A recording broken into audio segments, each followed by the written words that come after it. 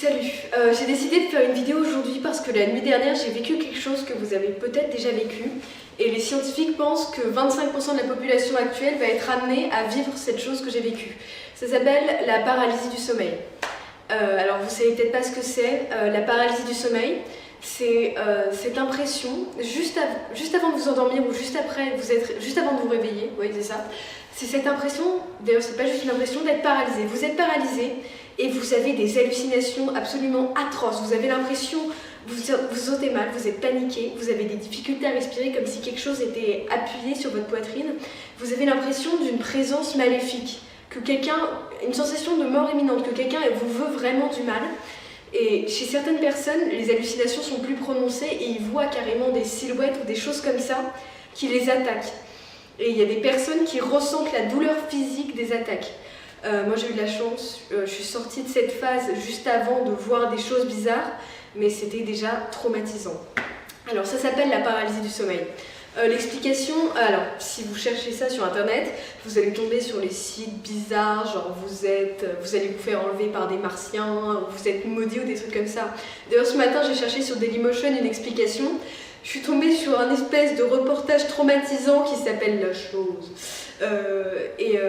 C'était juste horrible, c'est un truc qui est passé sur Planète je crois, et ils expliquent la paralysie du sommeil mais d'un point de vue un peu occulte et tout ça.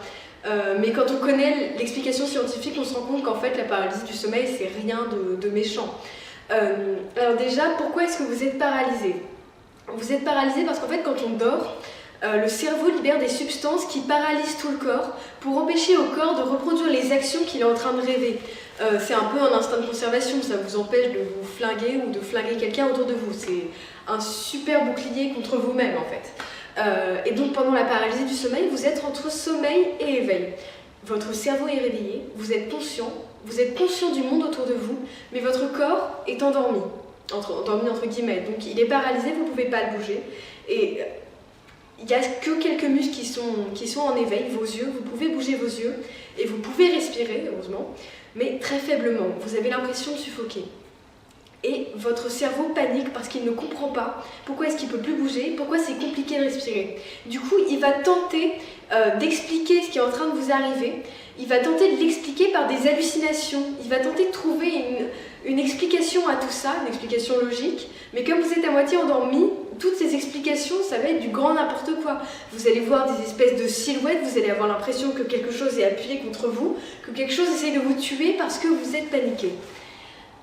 Et donc c'est juste quelque chose, c'est la pire chose au monde, en mon sens, je pense que c'est la pire chose au monde. Mais il y a un moyen de la contrôler. Il n'y a aucun moyen de sortir de la paralysie du sommeil. Il y en a qui disent que si vous essayez de bouger les extrémités de vos doigts de toutes vos forces, vous allez peut-être en sortir, mais j'ai plus l'impression que ça va vous faire vraiment paniquer parce que vous allez dire mais merde, je peux vraiment pas bouger. En fait, je pense que le meilleur moyen de vivre avec une paralysie du sommeil, parce qu'il y a des gens qui vivent ça 1 à 2 fois, il y a des gens qui vivent ça jamais, mais il y a des gens qui vivent ça quotidiennement. Et ça peut ruiner des vies, parce que vous avez vraiment l'impression que quelqu'un veut vous tuer, vous avez peur de dormir, et c'est la pire chose, le sommeil c'est juste la meilleure chose au monde, alors imaginez avoir peur d'aller vous coucher, c'est horrible. Donc il y a un moyen de maîtriser cette paralysie du sommeil, et de la transformer en rêve lucide. Le rêve lucide, c'est le fait de rêver, mais d'être conscient qu'on est dans un rêve, donc vous pouvez contrôler votre rêve. C'est comme si vous étiez dans un film et vous pouvez faire exactement ce que vous voulez. Même pas un film, c'est comme si vous étiez dans GTA 4. Vous êtes dans GTA 4, vous faites ce que vous voulez. Les seules limites, c'est votre imagination. Donc imaginez-vous en paralysie du sommeil. Vous êtes sur votre lit, vous ne pouvez pas bouger, vous êtes paniqué. Concentrez-vous sur votre respiration. Respirez doucement. C'est difficile de respirer, mais respirez juste doucement. Concentrez-vous, vous fermez les yeux.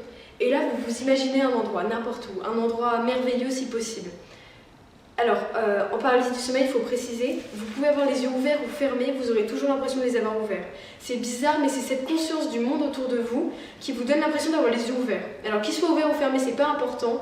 L'important, c'est que vous ayez l'impression de les fermer et de les rouvrir sur un monde nouveau.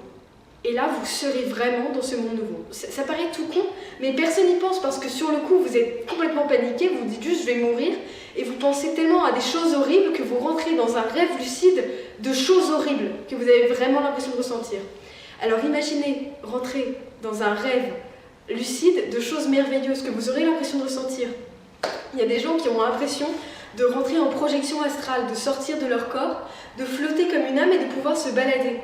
Il y a des gens qui pensent que c'est réel, mais je pense que c'est un rêve lucide. Enfin bon, bref, voilà. Donc voilà pourquoi j'ai fait cette vidéo, juste pour vous expliquer ça, parce que je pense que c'est important. En fait, je vous souhaite limite de passer en paralysie du sommeil, parce que si vous arrivez à le transformer en rêve lucide, c'est merveilleux. D'ailleurs, moi, c'est comme ça que je suis rentrée en paralysie du sommeil. J'arrivais pas à dormir. J'étais sur internet, je cherchais des trucs, je sais pas pourquoi, je suis tombée là-dessus.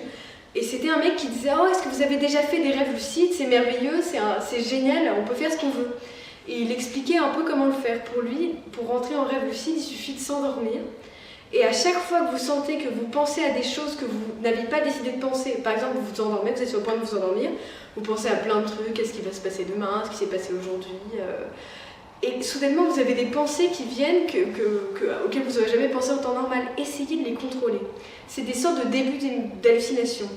Au lieu de les squeezer, essayez de rester dedans et de les contrôler un peu. Et vous allez petit à petit pouvoir contrôler tout un rêve, vous allez vous endormir complètement.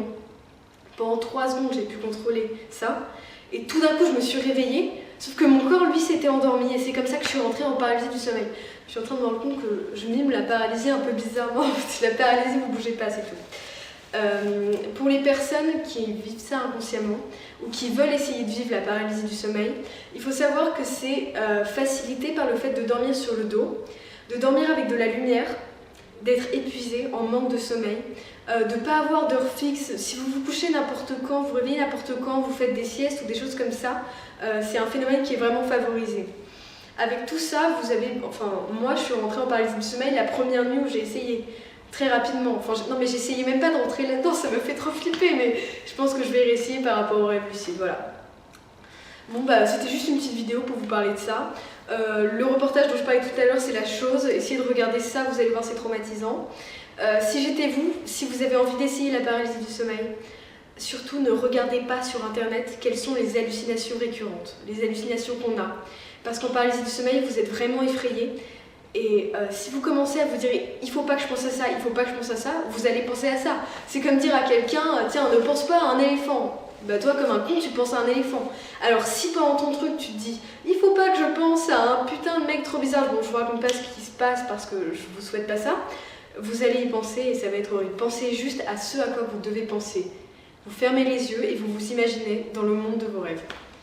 Et après, avec un peu de pratique, ça devient un phénomène super agréable et c'est quelque chose de génial. Donc voilà, j'avais juste envie de partager ça avec vous.